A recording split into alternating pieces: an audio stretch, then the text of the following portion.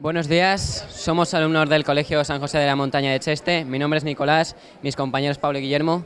El profesor que ha participado con nosotros en este proyecto es Juan Francisco Rodenas y a continuación paso a presentarles nuestro proyecto Los líquidos no mienten, en el que apareció un mensaje en la puerta de clase que decía: 4 ojos, me las pagarás. Evidentemente era una amenaza y el profesor nos pidió que averiguáramos quién había sido el autor. Para ello nos facilitó los rotuladores de los presuntos autores y nosotros propusimos realizar una cromatografía. La cromatografía es un método para separar los distintos componentes en una mezcla homogénea. Cogimos una muestra del autor y, haciendo las cromatografías de los distintos rotuladores, obtuvimos que el rotulador B era el culpable.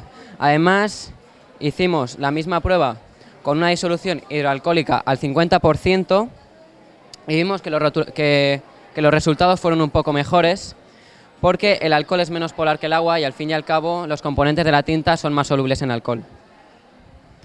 Cuando metimos el papel en el agua observamos como el líquido ascendía por el papel. Esto es debido a la capilaridad, que está relacionado con la tensión superficial. La tensión superficial teóricamente está definida como fuerza por unidad de longitud. Esto es debido a que todas las moléculas tienden a tener la menor energía potencial gravitatoria, pero a efectos prácticos es como si las moléculas del fondo tiraran de las de arriba, pero por el principio de acción-reacción surge una fuerza ascendente sobre la superficie. Nosotros hemos hecho 2 experiencias cualitativas, que la primera trata sobre un clip en la superficie del líquido. En este caso, debido a esa fuerza ascendente que aparece sobre la superficie, es capaz de soportar el peso del clip. Pero en aceite, como su densidad es menor, su fuerza de tensión superficial también es menor, entonces el clip se hundiría. Luego tenemos otra experiencia cualitativa que trata sobre leche y colorantes.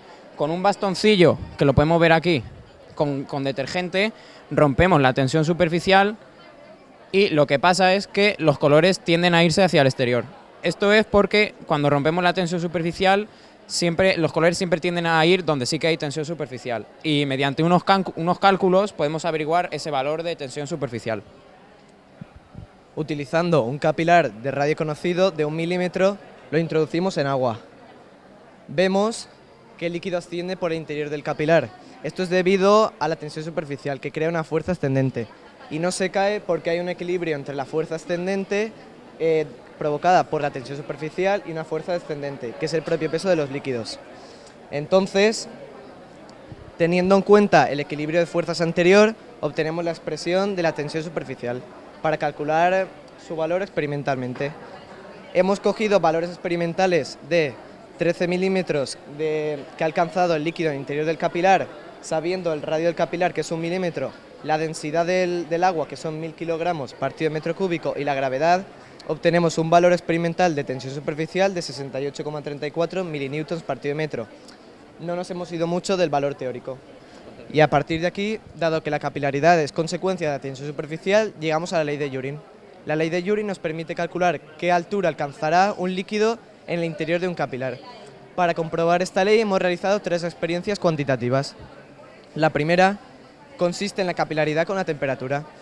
Hemos calentado agua a distintas temperaturas y observando estos resultados podemos ver que la que mayor altura alcanza es el agua a menor temperatura, porque si la temperatura se incrementa, las fuerzas de cohesión en el interior del capilar disminuyen, porque las partículas comienzan a moverse muy rápido. La segunda experiencia consiste en la capilaridad en distintos líquidos. Hemos utilizado glicerina, aceite de oliva, alcohol y agua, y vemos que la que mayor altura alcanza es el agua. ¿Por qué? Porque tiene mayor coeficiente de tensión superficial que los otros líquidos. La tercera experiencia consiste en la variación de la capilaridad con el radio. Utilizando unas varillas como estas, hemos fabricado nuestros propios capilares de distinto radio y vemos que alcanzará mayor altura el capilar con menor radio. Por tanto, hay una relación inversamente proporcional entre la altura y el radio del capilar. Después, una cuarta experiencia es esta experiencia cualitativa, en la que podemos observar que el papel, gracias a la capilaridad, recoge el líquido desde el fondo del recipiente hasta transportarlo al otro. Y esto ocurre exactamente igual en las plantas, que utilizan las raíces para transportar la savia, la capilaridad para transportar la savia desde las raíces hasta las hojas. Por último, quisimos darle una utilidad a esto de la capilaridad y para ello fabricamos este capilar, al que llamamos el capilar Pepito, gracias al cual podemos determinar la concentración de alcohol en una disolución hidroalcohólica. Después de hacer el calibraje del capilar, obtuvimos esta gráfica al enfrentar la altura que alcanzaba dentro del capilar y el porcentaje de alcohol que tenía la disolución. Obtuvimos esta función no lineal, gracias a la cual podemos calcular el porcentaje de alcohol en una disolución problema. Simplemente introducimos el capilar en la disolución y dependiendo de la altura que alcance, nos vamos a la gráfica y, por ejemplo, si ha alcanzado una altura de 4 centímetros, nos vamos a la gráfica y podemos ver que la concentración es de un 40% aproximadamente. Tenemos que decir que este método no es muy fiable porque obtuvimos aproximadamente un 12,5% de error relativo y normalmente para calcular el porcentaje de alcohol en una disolución se utiliza la destilación. Muchas gracias por su atención.